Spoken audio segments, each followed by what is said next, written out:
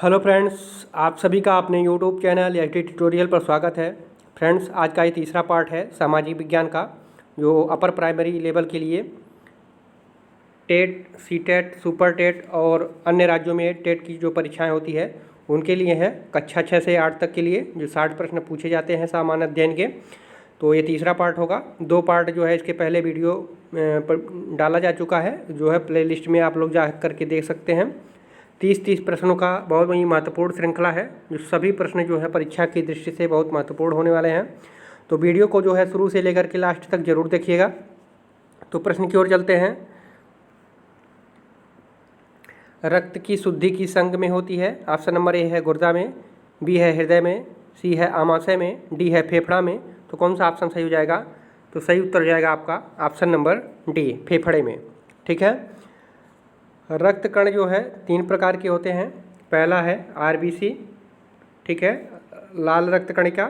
दूसरा है डब्ल्यूबीसी, श्वेत रक्त कणिका। तीसरा है जो है प्लेटलेट्स, ठीक है, प्लेटलेट्स होते हैं। ठीक है। और जो मानव रक्त की शुद्धिकरण की क्रिया होती है वो क्या कहलाती है? डायलिसिस कहलाती है। इन 2-3 पॉइंट को भी आप लोग जो है अच्छी तरह से याद रखिएगा। अगले प्रश्न की ओर बढ़ते हैं। लार ग्रंथियों द्वारा कौन सा पाचक रस स्रावित होता है? ऑप्शन नंबर ए है टाइलिन, बी है रेनिन, सी है एमाइलेज, डी है पेप्सिन। तो कौन सा ऑप्शन सही हो जाएगा? तो सही उत्तर हो जाएगा आपका ऑप्शन नंबर ए, ठीक है। टाइलिन नामक जो है पाचक रस जो है लार ग्रंथियों से निकलता है। मनुष्य में 3 जोड़ी जो है लार ग्रंथियाँ पाई जाती हैं। ये भी कभी कभी प्रश्न पूछ देता है कि मनुष्य में कितनी लार ग्रंथियाँ पाई जाती हैं। तो 3 जोड़ी लार ग्रंथियाँ पाई जाती हैं। ठीक है। पहला है जीवा के दोनों ओर एक संख्या में होती है, ठीक है, जो सबलेनबल लार्ड के नाम से जानी जाती है। दूसरा होता है निचले जबड़े के मध्य में मेजुला अस्थि के दोनों ओर जो है पाई जाती है। और तीसरा है दोनों कानों के बीच में जो है एक पाई जाती है। अगले प्रश्न की ओर चलते हैं। किस प्रकार के वस्त्रों में अरारोट का कलफ लगाया जाता है? ऑप्शन नंबर ए है ऊनी, बी है सूती, सी है रेशमी, डी है कृत्रिम तंतु। तो कौन सा ऑप्शन सही हो जाएगा? तो सही उत्तर हो जाएगा आपका ऑप्शन नंबर बी, ठीक है। सूती वस्त्रों में जो है अरारोट के कलफ लगाया जाता है। अगला प्रश्न, निम्न में से किस प्रकार का मृदा जल पौधों द्वारा ग्रहण किया जाता है? ऑप्शन नंबर ए है गुरुत्वीय जल, ऑप्शन नंबर बी है केशिका जल, सी है आर्द्रता ग्राही जल। इनमें से कोई नहीं। तो कौन सा ऑप्शन सही हो जाएगा? तो सही उत्तर हो जाएगा आपका ऑप्शन नंबर बी, ठीक है। केशिका जल जो है मृदा जल पौधों द्वारा ग्रहण किया जाता है, केशिका जल। अगला प्रश्न देखते हैं। दूध में सर्वाधिक वसा प्रतिशत में उत्पादन वाली भैंस की नस्ल कौन सी है? ऑप्शन नंबर ए है जाफराबादी, बी है मुर्रा, सी है महसाना, डी है भदावरी। तो कौन सा उत्तर सही हो जाएगा? तो सही उत्तर हो जाएगा आपका ऑप्शन नंबर बी, मुर्रा भैंस, ठीक है। इसमें जो है मुर्रा भैंस में जो है सबसे ज़्यादा वसा की मात्रा जो है सबसे ज़्यादा पाया जाता है। अगला प्रश्न देखते हैं। गुल्ली डंडा फैलेरिस माइनर किस फसल का प्रमुख खरपतवार है? ऑप्शन नंबर ए है मटर, बी है बाजरा, सी है मक्का, डी है गेहूँ। तो कौन सा ऑप्शन सही हो जाएगा? तो सही ऑप्शन हो जाएगा आपका ऑप्शन नंबर डी, ठीक है। गुल्ली डंडा जो है गेहूँ फसल के जो है खरपतवार है। अगला प्रश्न देखते हैं। भंडारण के समय बीज में नमी प्रतिशत होना चाहिए। ऑप्शन नंबर ए है 8 से 10%, बी है 20 से 25%, सी है 30 से 35% और डी है 40 से 45%। तो कौन सा ऑप्शन सही हो जाएगा? तो सही उत्तर हो जाएगा आपका ऑप्शन नंबर ए, 8 से 10%। खलिहान से बीज को अच्छी तरह से सफाई के बाद ही भंडारण करना चाहिए। बीज में नमी की मात्रा जो है कम से कम 8 से 10% होना चाहिए, ठीक है। तो ऑप्शन नंबर 1 सही हो जाएगा। अगला प्रश्न, निम्न में से कौन भूक्षरण का कारक नहीं है? ऑप्शन नंबर ए जल, बी वायु, सी ढाल के विपरीत जुताई, डी तृण रहित खेती। तो कौन सा ऑप्शन सही हो जाएगा? तो तो सही उत्तर हो जाएगा आपका ऑप्शन नंबर सी। ठीक है, ढाल के विपरीत जुताई जो है ये भूक्षरण का कारक नहीं है। भूक्षरण का कारक जो है जल, वायु, तृण रहित खेती, ये जो है सब होते हैं। ठीक है, भूक्षरण या मृदा अपरदन का अर्थ है मृदा कणों का बाह्य कारकों जैसे वायु, जल या गुरुत्वीय खिंचाव का पृथक होकर बह जाना। वायु द्वारा भूक्षरण मुख्यतः जो है रेगिस्तानी क्षेत्रों में होता है, जहाँ वर्षा की कमी तथा हवा की गति जो है अधिक होती है। अगला प्रश्न देखते हैं।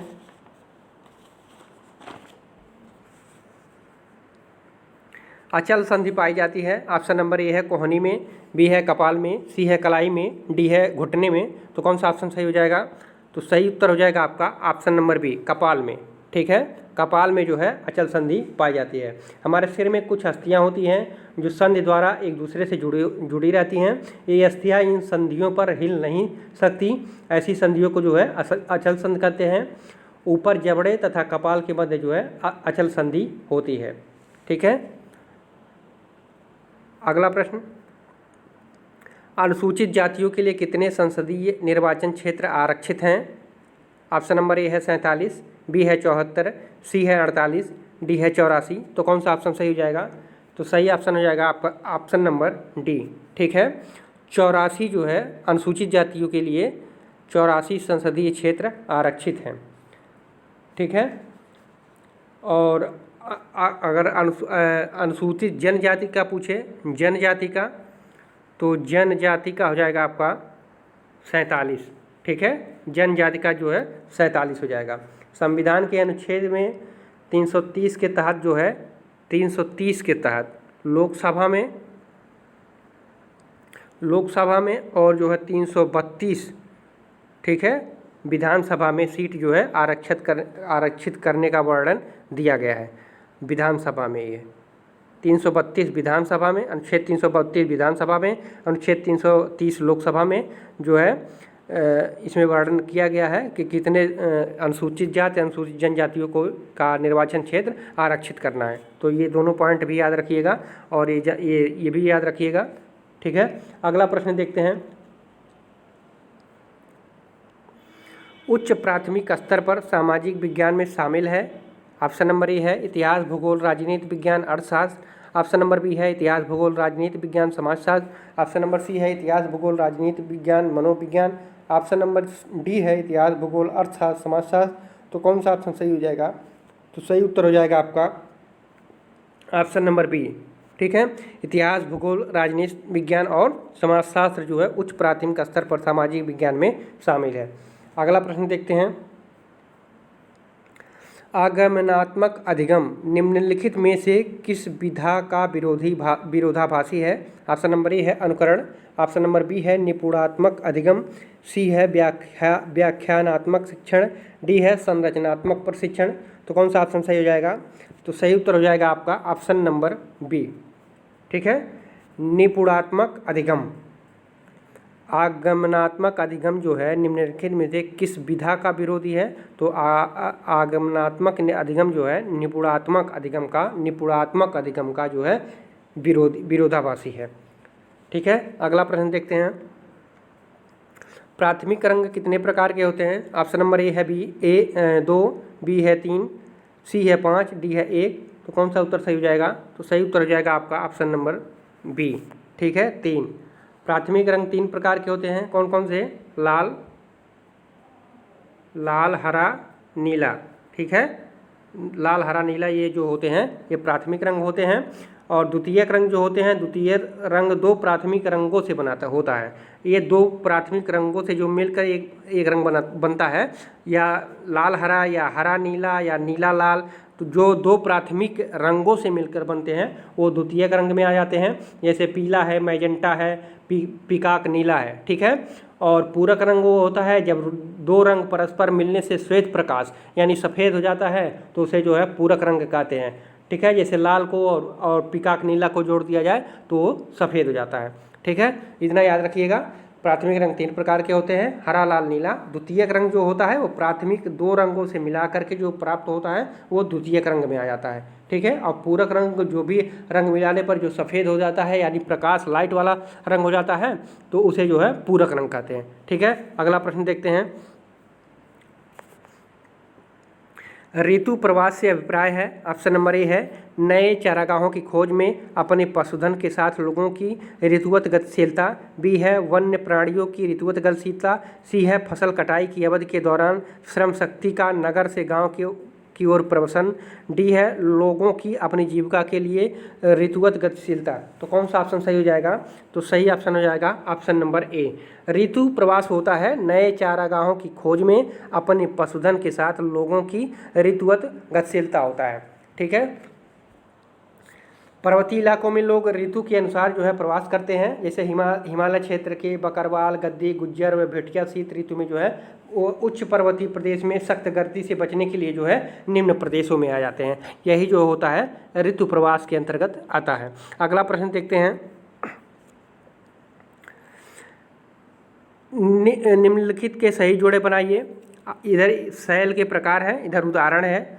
ऑप्शन नंबर ए में है अंतर्भेदी आग्नेय शैल। बी है बहिर्भेदी आग्नेय शैल। सी है अवसादी शैल। डी है कायांतरित शैल। तो कौन सा ऑप्शन सही हो जाएगा? तो आपका सही आंसर हो जाएगा, देखिए जो आग्नेय अंतर्भेदी आग्नेय है इसमें जो है ग्रेनाइट, ठीक है, अंतर्भेदी आग्नेय शैल जो होते हैं उसमें ग्रेनाइट पाए जाते हैं। ठीक है। जैसे जब मैग्मा धरातल पर पहुंचने से पहले ही उसके नीचे जम जाता है तो आंतरिक आग्नेय चट्टानों का निर्माण होता है। ठीक है। ये दो प्रकार के हो जाते हैं, पातालीय चट्टान और अधबिलीय अथवा मध्यवर्ती चट्टान। ग्रेनाइट जो है इसका मुख्य उदाहरण है। ठीक है। और बहिर्भेदी आग्नेय शैलें क्या होती हैं? बहिर्भेदी अथवा आग्नेय चट्टानें जब होती हैं, जब मैग्मा किसी कारणवश धरातल पर ज्वालामुखी के रूप में लावा बनकर निकलता है तो ठंडा होकर ठोस रूप धारण कर लेता है और बहिर्भेदी चट्टानों का निर्माण करता है। जैसे बेसाल्ट जो है इसका प्रमुख उदाहरण है। तो बहिर्भेदी आग्नेय शैल जो है वो हो जाता है बेसाल्ट। ठीक है। अवसादी शैलें क्या होती हैं? अवसादी शैलें इन चट्टानों का निर्माण जीव जंतुओं तथा वनस्पतियों के अवशेषों से होता है। जैसे चूने का पत्थर, चाक, खड़िया, ये सब जो है अवसादी शैल में आ जाते हैं। तो ऑप्शन कौन सा सही हो जाएगा? तो सही हो जाएगा ऑप्शन नंबर ए। ठीक है। और जो कायांतरित शैलें होते हैं, कायांतरित शैलें जो होते हैं वो बलुआ पत्थर हो जाते हैं। तो ए का 4, अब मिलान कीजिए, 1 का 4 था, बी का 3 था, सी का 1 था, सी का 1 था और डी का 2 था। तो कौन सा ऑप्शन सही हो रहा है? तो सही ऑप्शन हो जा रहा है आपका ऑप्शन नंबर 4। ठीक है। इसको अच्छे से देखिएगा, बहुत ही महत्वपूर्ण प्रश्न है। अगला प्रश्न देखते हैं। निम्नलिखित क्षेत्रों में से किसमें चिनूक स्थानीय पवन चलती है? ऑप्शन नंबर ए है प्रियरी, बी है सवाना, सी है पम्पास, डी है बेल्ट। तो कौन सा ऑप्शन सही हो जाएगा? तो सही उत्तर हो जाएगा आपका ऑप्शन नंबर ए प्रियरी। ठीक है। चिनूक का अर्थ होता है हिमभक्षी, जो रेड इंडियनों की भाषा से गृहीत शब्द है। यह राकी पर्वत के पूर्वी ढालों के सहारे जो है प्रेयरी क्षेत्र चलने वाली गर्म तथा शुष्क हवा है। ठीक है। जो दक्षिण के कोलोराडो के दक्षिण भाग से लेकर जो है उत्तर में कनाडा के ब्रिटिश कोलंबिया तक जो है प्रवाहित होती है। ठीक है। ये चिनूक जो है एक प्रेयरी पवन है। अगले प्रश्न की ओर चलते हैं। वायुमंडलीय परतों में कौन सी परत रेडियो प्रसारण की सहायता करती है? ऑप्शन नंबर ए है क्षोभ मंडल, बी है मध्य मंडल, सी है बाह्य मंडल, डी है समताप मंडल। तो किस मंडल में जो है रेडियो का प्रसारण किया जाता है, किस मंडल के द्वारा? तो ये हो जाएगा आपका बाह्य मंडल के द्वारा। ठीक है। बाह्य मंडल में जो है रेडियो, टेलीविज़न और जितने सैटेलाइट हैं वो बाह्य मंडल में ही इसको स्थापित किए जाते हैं। अगला प्रश्न देखते हैं। सुनहरी जरी निम्नलिखित में से किसकी एक किस्म है? ऑप्शन नंबर ए है सूती वस्त्र, बी है नायलॉन, सी है जूट, डी है सिल्क। तो कौन सा ऑप्शन सही हो जाएगा? तो सही ऑप्शन हो जाएगा आपका ऑप्शन नंबर सी। ठीक है। जूट का है। जूट एक लंबा, मुलायम, चमकीला वानस्पतिक रेशा है जो मोटे, मजबूत धागों का जो है निर्माण करता है। और इसके उच्च नगद मूल्य के कारण जूट को जो है स्वर्ण रेशा अथवा सुनहरी जरी भी कहा जाता है। इसके जो है उच्च नगद मूल्य जो है मिलता है, जो इसे स्वर्ण रेशा, इसको जो है स्वर्ण रेशा के भी नाम से जानते हैं। कभी कभी स्वर्ण रेशा भी पूछ देता है। स्वर्ण रेशा किससे संबंधित है? तो स्वर्ण रेशा जो है जूट से ये भी संबंधित है, और सुनहरी जरी का भी नाम इसको दिया जाता है। ठीक है, अगला प्रश्न देखते हैं। जनसंख्या घनत्व से अभिप्राय है। ऑप्शन नंबर ए है किसी क्षेत्र में रहने वाले लोगों की संख्या, बी है एक निश्चित अवधि के दौरान लोगों की संख्या, सी है भूपृष्ठ पर लोगों के फैलने का स्वरूप, डी है पृथ्वी के पृष्ठ के एक इकाई क्षेत्र में रहने वाले लोगों की संख्या। तो कौन सा ऑप्शन सही हो जाएगा? तो सही हो जाएगा आपका ऑप्शन नंबर डी। ठीक है, पृथ्वी के पृष्ठ में एक इकाई क्षेत्र में रहने वाले लोगों की संख्या जो है होती है वो जनसंख्या घनत्व कहलाती है। प्रति इकाई क्षेत्रफल में निवास करने वाली जनसंख्या को जो है जनसंख्या घनत्व कहते हैं। अगला प्रश्न देखते हैं। पृथ्वी की बाहरी सतह के निकट स्थित खनिजों को बाहर निकालने के लिए निम्नलिखित में से किस विधि का प्रयोग किया जाता है? पृथ्वी की सतह के निकट स्थित खनिजों को जो है बाहर निकालने के लिए निम्नलिखित में से किस विधि का प्रयोग किया जाता है? ऑप्शन नंबर ए है आखनन, बी है कूपक, सी है कूपकी खनन, डी है विवृत खनन। तो कौन सा उत्तर सही हो जाएगा? तो सही उत्तर हो जाएगा इसका ऑप्शन नंबर ए आखनन। ठीक है, आखनन जो है भवन निर्माण में प्रयोग होने वाले पत्थर तथा कुछ अन्य खनिज भूतल पर या बहुत ही कम गहराई पर मिलते हैं, इन्हें जो है चट्टानों को खोदकर प्राप्त किया जाता है। इस क्रिया को जो है आखनन कहते हैं। ठीक है, आखनन के द्वारा ही जो है पृथ्वी की सतह से जो खनिज पदार्थ निकाले जाते हैं, पाए जाते हैं, उसको किया जाता है। अगला प्रश्न देखते हैं।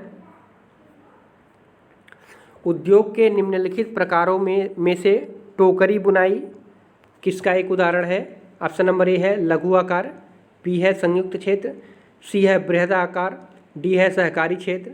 तो कौन सा ऑप्शन सही हो जाएगा? तो सही उत्तर हो जाएगा आपका ऑप्शन नंबर ए लघु आकार। ठीक है, काटेज या घरेलू उद्योग या लघु उद्योगों का एक प्रकार है जहां हाथ से निर्मित वस्तुओं का उत्पाद होता है। इस प्रकार के उद्योग को प्रारंभ करने के लिए बहुत ही कम पूंजी की आवश्यकता होती है।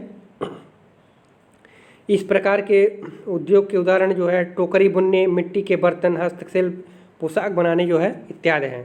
तो ये जो है लघु आकार के उदाहरण के रूप में आते हैं। अगला प्रश्न देखते हैं।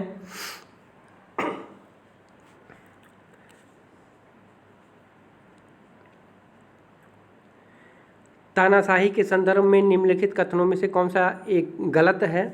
ऑप्शन नंबर ए है तानाशाही में तानाशाह द्वारा लिए गए निर्णयों पर लोग प्रश्न नहीं कर सकते हैं। ऑप्शन नंबर बी है अंतिम निर्णय लेने की शक्ति तानाशाह में निहित होती है।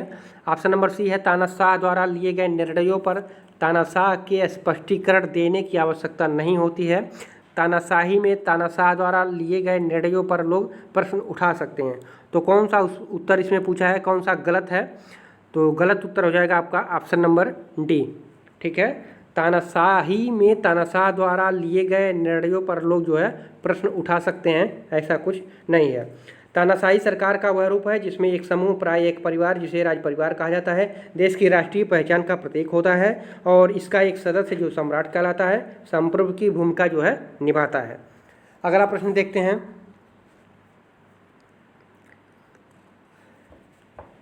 कृष्णराज सागर बांध निम्नलिखित नदियों में से किस पर बनाया गया है? ऑप्शन नंबर ए है गोदावरी, बी है कृष्णा, सी है कावेरी, डी है महानदी। तो कौन सा ऑप्शन सही हो जाएगा? तो सही उत्तर हो जाएगा आपका ऑप्शन नंबर ए गोदावरी नदी पर। ठीक है, कृष्णा राज सागर बांध जो है वो गोदावरी नदी पर है।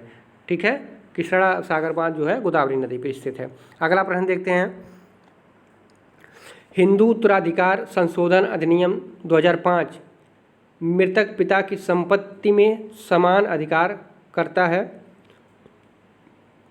ऑप्शन नंबर ए पत्नी पुत्र या पुत्रों तथा पुत्री पुत्रियों को, बी है पत्नी पुत्र पुत्रों तथा भाई भाइयों को, सी है पत्नी पुत्री पुत्रियों तथा बहन बहनों को, डी है पुत्री पुत्रियों पुत्र पुत्रों तथा भाई भाइयों को। तो कौन सा ऑप्शन सही हो जाएगा? तो सही ऑप्शन हो जाएगा आपका ऑप्शन नंबर बी।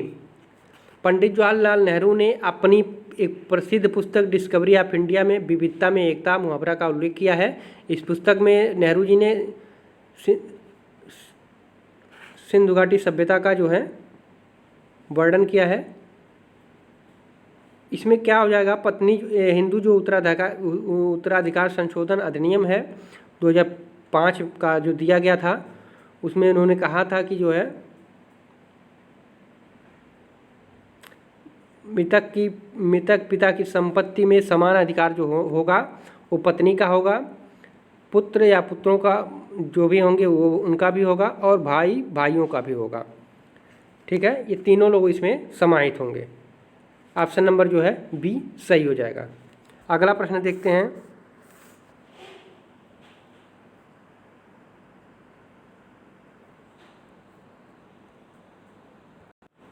थोड़ा आप सब करेक्शन कीजिएगा। ये जो 114 नंबर क्वेश्चन है, हिंदू उत्तराधिकारी संशोधन अधिनियम 2005 में जो है मृतक पिता की संपत्ति में समान अधिकार किसका होता है, तो ऑप्शन नंबर ए हो जाएगा। इसमें थोड़ी सी गलतियां हो गई थी।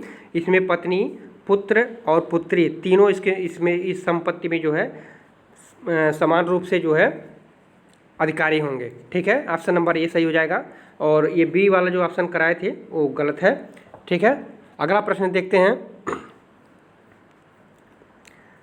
भारतीय गणराज्य का वर्णन करने के लिए विविधता में एकता मुहावरा इन राष्ट्रीय नेताओं में से किसने दिया था, तो सही उत्तर हो जाएगा आपका ऑप्शन नंबर ए है सरदार वल्लभ भाई पटेल, बी है पंडित जवाहरलाल नेहरू, सी है बाल गंगाधर तिलक, डी है महात्मा गांधी। तो कौन सा ऑप्शन सही हो जाएगा, तो सही ऑप्शन हो जाएगा आपका पंडित जवाहरलाल नेहरू ने। ठीक है, पंडित जवाहरलाल नेहरू ने अपनी एक प्रसिद्ध पुस्तक डिस्कवरी ऑफ इंडिया में जो है विविधता में एकता का मुहावरा का उल्लेख किया गया है।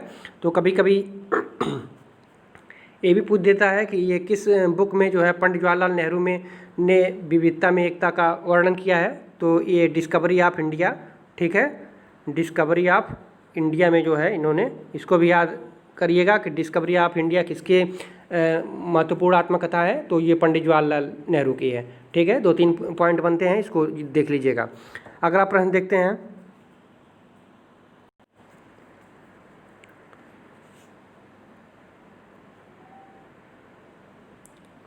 जनपद पंचायत के कार्यों के विषय में निम्नलिखित दो कथनों ए और बी पर विचार कीजिए तथा सही उत्तर का चयन कीजिए। जनपद पंचायत जिला स्तर पर विकास योजनाएं निर्धारित करती है।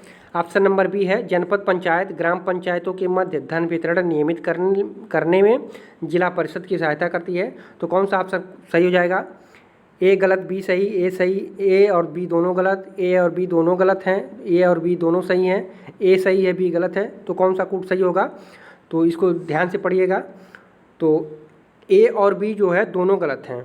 ठीक है, ग्राम सभा एक पंचायत के क्षेत्र में रहने वाले सभी वयस्कों की सभा होती है। ठीक है, सभा होती है, ग्राम पंचायत की नियमित रूप से बैठक होती है। उसका मुख्य काम उसके क्षेत्र में आने वाले गांवों के विकास कार्यक्रम पर लागू करवाना होता है। पंचायती राज व्यवस्था जो है, पंचायती राज व्यवस्था में लोगों की भागीदारी 2 स्तरों पर होती है।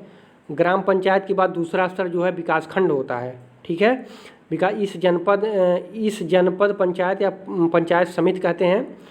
एक पंचायत समिति में कई ग्राम पंचायतें होती हैं, और पंचायत समिति के ऊपर जो है जिला पंचायत या जिला परिषद होती है, यह तीसरा स्तर होता है। जिला परिषद में एक जिले के स्तर पर जो है विकास की योजनाएं बनती हैं। पंचायत समिति की मदद से जो है जिला परिषद सभी पंचायतों में आवंटित राशि का वितरण करती हैं। तो जो है जिला पंचायत जो है, जिला परिषद जो है सभी पंचायतों में जो है आवंटित राशि का वितरण करती है। तो कौन सा, दोनों ऑप्शन जो है गलत हैं इसमें। ठीक है, ए और बी दोनों गलत हैं। अगला प्रश्न देखते हैं। सूचना का अधिकार अधिनियम निम्नलिखित में 2 कथनों ए और बी पर विचार कीजिए तथा सही उत्तर का जो है चयन कीजिए। सूचना का अधिकार अधिनियम के माध्यम से कोई भी नागरिक केवल केंद्रीय सरकार के विभागों की कार्यप्रणाली के संदर्भ में सूचना प्राप्त कर सकता है। ऑप्शन नंबर बी है सूचना का अधिकार अधिनियम के अंतर्गत सूचना प्राप्त करने के लिए नागरिकों को किसी स्तर के किसी न्यायालय में पहले याचिका दाखिल करनी पड़ती है। तो कौन सा ऑप्शन सही हो जाएगा, तो ऑप्शन जो है, दोनों ऑप्शन इसमें भी जो है गलत हैं। ठीक है, दोनों ऑप्शन जो है इसमें भी गलत हैं। अगला प्रश्न देखते हैं। सुल्ताना का स्वप्न नामक कहानी की लेखिका इनमें से कौन थी? ऑप्शन नंबर ए है Mumtaz Ali, option number B है Ram Sundari Devi, option number C है Pandit Ramabai, option number D है रुकैया सखावत हुसैन। तो कौन सा ऑप्शन सही हो जाएगा? तो सही उत्तर हो जाएगा आपका option number D, Rukaiya Sakhawat Hussain जो है सुल्ताना का स्वप्न नामक कहानी की लेखिका है। अगला प्रश्न, गुलामगिरी नामक पुस्तक इनमें से किसने लिखी? ऑप्शन नंबर ए है Jyotirao Phule, option number B है श्री नारायण गुरु, सी है डॉक्टर भीमराव अम्बेडकर, डी है E.V. रामास्वामी पेरियार। तो कौन सा ऑप्शन सही हो जाएगा? तो सही उत्तर हो जाएगा आपका ऑप्शन नंबर ए। ठीक है, गुलामगिरी नामक पुस्तक जो है ज्योतिराव फुले ने लिखी थी। ये सत्य शोधक समाज जो है 1875 में ज्योतिबा गोविंद राव फुले द्वारा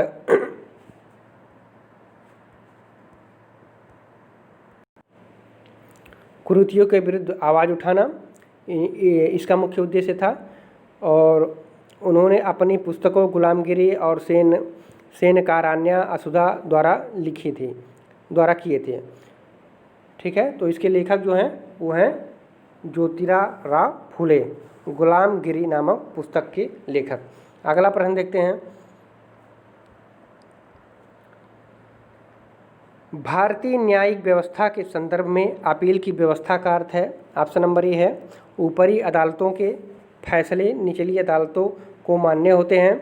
ऑप्शन नंबर बी है किसी व्यक्ति को अगर ऐसा लगता है कि निचली अदालत द्वारा दिया गया फैसला सही नहीं है तो वह उससे ऊपर की अदालत में अपील कर सकता है।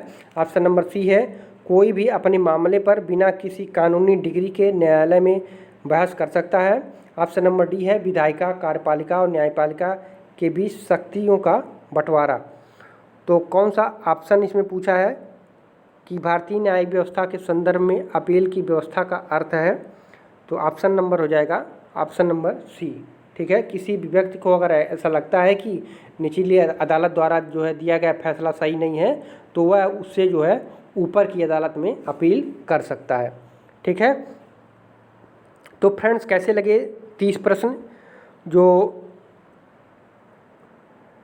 सभी टेट, सुपर टेट, सीटेट के एग्ज़ाम की दृष्टि से बहुत ही महत्वपूर्ण 30 प्रश्न थे।